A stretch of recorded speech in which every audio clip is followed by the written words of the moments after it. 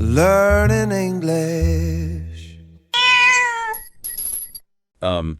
Picture watching your best friend, like hovering their thumb over the send button on this furious bridge-burning text to their boss. Oh, I have been there. It is so stressful. Right. You desperately want to intervene.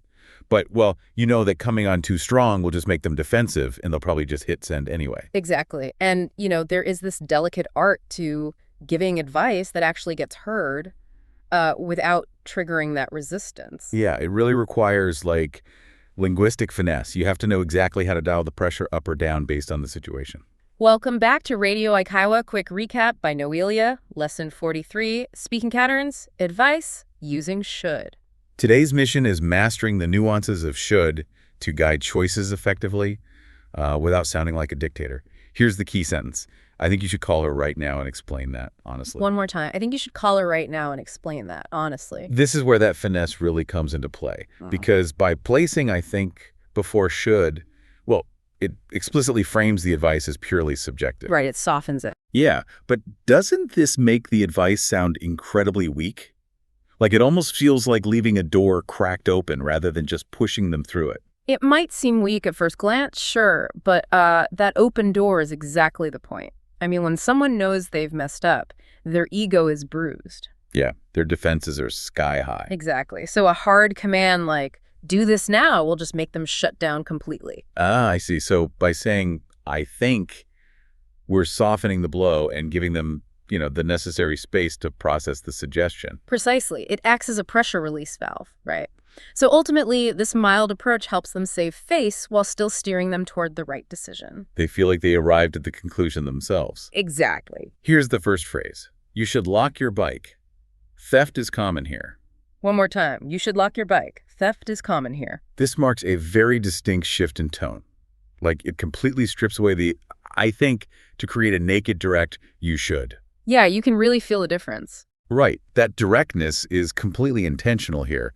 But it almost borders on aggressive if you aren't careful. Well, it is aggressive, but in a protective way. I mean, this structure is reserved for objective risks. Like a high likelihood of theft, right? Right. Situations that require immediate self-defense. Saying, you should here is like grabbing the steering wheel to swerve away from a crash. Oh, wow. That makes perfect sense. Yeah. So you aren't just sharing a casual opinion anymore. No, not at all. You're actively trying to prevent imminent harm. Exactly.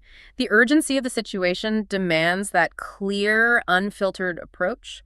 It signals to the listener that, this isn't a philosophical debate about bicycle safety. Yeah, you're delivering a hard fact, and acting on it quickly is their only safe option. Spot on. Here's another.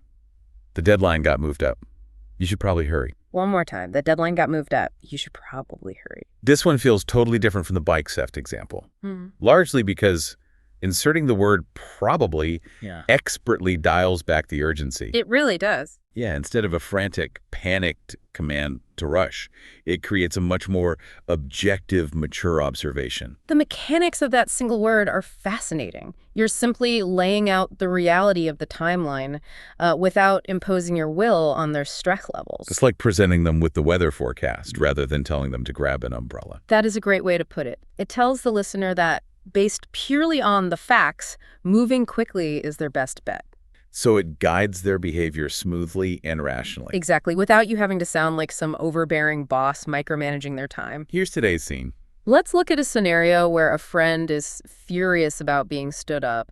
The other friend steps in to act as a mediator, trying to delicately de-escalate the tension. Here they go.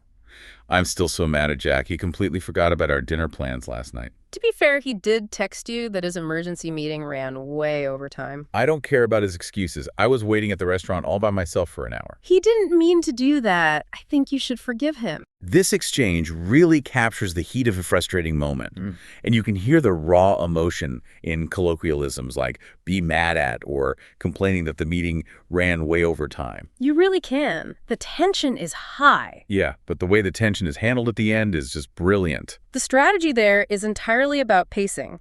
The final line pairs the empathetic phrase, didn't mean to do that, directly with our target structure. I think you should. Right. So by validating that the mistake wasn't intentional first, The speaker prepares the emotional ground before planting the advice. That is the key mechanism, isn't it? It really is.